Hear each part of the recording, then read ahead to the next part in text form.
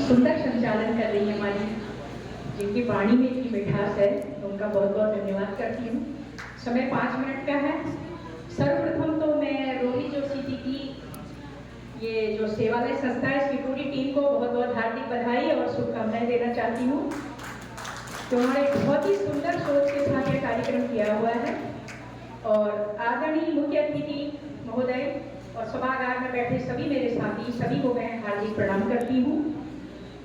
मुझे बहुत ही अच्छा लग रहा है कि समय कम है। वैसे नारियों के बारे में अगर बोला जाए तो पूरी एक किताब भी लिखी जा सकती है। यत्र नारीस्तु पूजन्ते रमन्ते तत्र देवता। जहाँ नारियों का सम्मान होता है, वह देश उन्नति करता है, वो परिवार उन्नति करता है। और अगर एक परिवार उन्नति करता है तो एक समाज उन्नति करता है और पूरा राष्ट्र का उससे निर्माण होता है। यूँ तो बोलने को तो बहुत कुछ था, पर संक्षिप्त में बोलना है तो बहुत का मैं संक्षिप्त में बोलूँगी कि आज हमारे समाज में पहले की प्राचीन काल से लेकर अब तक बहुत ही इसमें सुधार हुआ है।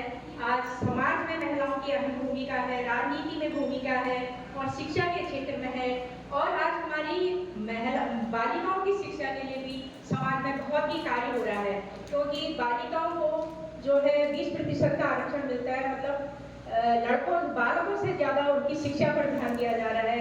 इसलिए एक शिक्षा का जहाँ स्तर ऊंचा होता है तो एक समाज सशक्त बनता है, और एक नारी सशक्त होती है तो एक देश सशक्त होता है। जहाँ आज इसका भी सबसे बड़ा उदाहरण है महिला सशक्तिकरण का भी, कि हमारे देश में हमारी आदिवासी क्षेत्र से आती है हमारी राष्ट्रपति द्रौपदी मुर्मू जी, जो आदिवासी क्षेत्र से आती हैं। तो इससे ज़्यादा महिला सशक्तिकरण का क्या हो सकता है और क्या इससे बढ़िया स्थिति हो सकती है हमारे वर्तमान में। आज महिलाएं राजनीति में हैं, महिलाएं पायलट हैं, स्पीकर हैं, शिक्षिका हैं, इंजीनियर हैं, डॉक्टर हैं, और एक पूरे देश के राष्ट्रपति से लेकर ग्रामीण क्षेत्र में स्वयं सहायता समूह के माध्यम से जो महिलाएं हैं अपना आर्थिक स्तर को हमारे देश के बढ़ाने में उनकी अहम भूमिका है। और मैं एक बात और भी कहना चाहूंगी कि शिक्षा का स्तर भी ऊंचा हुआ है, लेकिन अगर हमारी शिक्षा में शालीनता नहीं है, हमारे संस्कार नहीं है, तो हमारी शिक्षा का कोई महत्व नहीं है।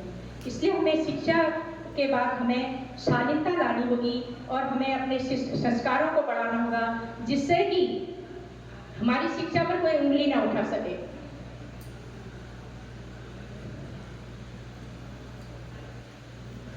लेकिन मैं एक बात और भी कहना चाहूंगी, क्योंकि शॉर्ट में कहना है, पहले के बजाय हमारी स्थिति काफी अच्छी भी है, लेकिन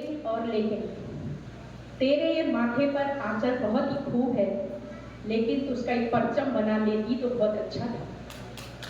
वर्तमान में जो स्थिति है, महिला कितनी सशक्त हो, शिक्षा में कितनी सशक्त हो, खुद भी बन जाए, लेकिन वो शारीरिक रूप से इतनी कमजोर होती है कि 4 बहसी जहाँ पर आ जाएं तो वो कमजोर पड़ जाती है। इसी का कारण है कि आज कशिश, अंकिता, लाडली और डॉक्टर बिटिया जैसे केस हमारे देश में हो रहे हैं, जो बहुत ही शर्मनाक हैं। इसलिए स्त्री यहाँ पर कमजोर पड़ जाती है, और इसके लिए मैं इस मंच के माध्यम से भी कहना चाहूँगी कि हमारी सरकार को जो है कानून को बहुत सख्त बनाना चाहिए, ताकि उन पर इस कार्य को करने से मैं जो है हमारे बहसी दरिंदे जो हैं वो डरें। और उसके अलावा मैं एक बात और भी कहना चाहती हूँ कि हमारा समाज शिक्षित हुआ भी। मैं आपको थोड़ी सी कहानी बताना चाहूँगी कि हमारे एक साथी थे, उनसे मैंने पूछा कि आपकी बेटे की शादी तय हुई, तो वो बोले मैडम कहाँ से। जिस लड़की से भी बात करने जाते हैं वो कहती है कि नहीं, मेरे को तो लड़के के साथ रहना है, सास ससुर के साथ नहीं रहना है मुझे। तो ये भी एक बात बताइए, उसकी शिक्षा कहाँ पर काम आई। आजकल एकल परिवार इसीलिए हो रहा है, आज वृद्धाश्रम में लोग इसीलिए जा रहे हैं क्योंकि हमारी महिलाएं पढ़ लिख कर सिर्फ स्व तक सीमित हैं। उनको अपने परिवार से, अपने समाज से, अपने माँ बाप से कोई लेना देना नहीं होता है, और वो एक विलासिता की जिंदगी जीना चाहती है। और ऐसा नहीं है, 10% महिलाएं जो है समाज को बिगाड़ भी रही हैं। आप बुरा मत मानिएगा, यहाँ पर तो वही सारे लोग सब वो हैं, लेकिन इससे देखिए, एक तरफ वो माँ बाप को नहीं देखती और दूसरी तरफ उनकी ऐसी जिंदगी है कि वो लोग भटक रही है समाज से, जो कि उनको भटक शिक्षा है, शिक्षा के कारण भी आप लोग भटक रहे हैं, तो यहाँ पर हमारी शिक्षा जो है व्यर्थ हो जाती है। तो इसलिए मैं सभी से, शायद टाइम हो गया है, मैडम आ रही है, इसलिए मैं आपकी बात को पूर्णतः कह भी नहीं पाई। बहुत बहुत धन्यवाद। और मैं कहती हूँ कि हमारी सभी बहनों को अपनी शिक्षा का सदुपयोग करना चाहिए और समाज में एक उसका अच्छा उदाहरण प्रस्तुत करना चाहिए और वर्तमान की स्थिति जो है उसको